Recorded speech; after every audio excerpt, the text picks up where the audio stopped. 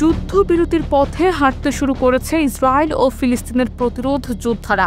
গাজায় ৬০ দিনের প্রস্তাবিত যুদ্ধবিরতি বাস্তবায়নের লক্ষ্যে ইসরায়েল প্রয়োজনীয় শর্তে সম্মতি জানিয়েছে, এমনটাই নিশ্চিত করেছেন যুক্তরাষ্ট্রের প্রেসিডেন্ট ডোনাল্ড ট্রাম্প। মঙ্গলবার ট্রুথ সোশ্যালে দেয়া এক বিবৃতিতে তিনি জানান, এই অস্থায়ী বিরতির সময়েই দীর্ঘস্থায়ী শান্তি চুক্তির বিষয়ে আলোচনা হবে। ট্রাম্প বলেন, আমাদের প্রতিনিধিদের ইসরায়েলি কর্মকর্তাদের সঙ্গে গাজা ইস্যুতে দীর্ঘ ও ফলপ্রসূ বৈঠক হয়েছে। ইসরায়েল ৬০ দিনের যুদ্ধবিরতির চূড়ান্ত শর্তে সম্মত হয়েছে।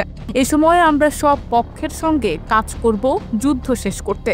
তিনি আরও বলেন, আমি আশা করি হামাস এই চুক্তি গ্রহণ করবে, কারণ এটি ভালো কোনো বিকল্প নয়।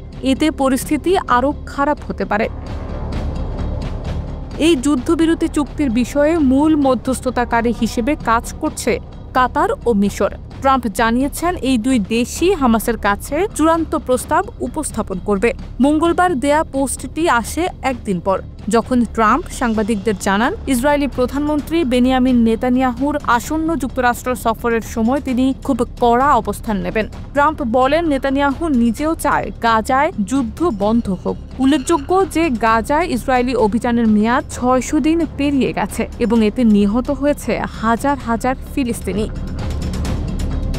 এর আগেও সোমবার ট্রাম্প ইঙ্গিত দিয়েছিলেন, একটি যুদ্ধবিরতি ও বন্দি বিনিময়ের চুক্তি আসছে সপ্তাহেই সম্পন্ন হতে পারে। হোয়াইট হাউস সূত্রেও বলা হয়, গাজা ও ইরান পরিস্থিতি নিয়ে নেতানিয়াহুর সঙ্গে ট্রাম্পের বৈঠকে আলোচনা হবে।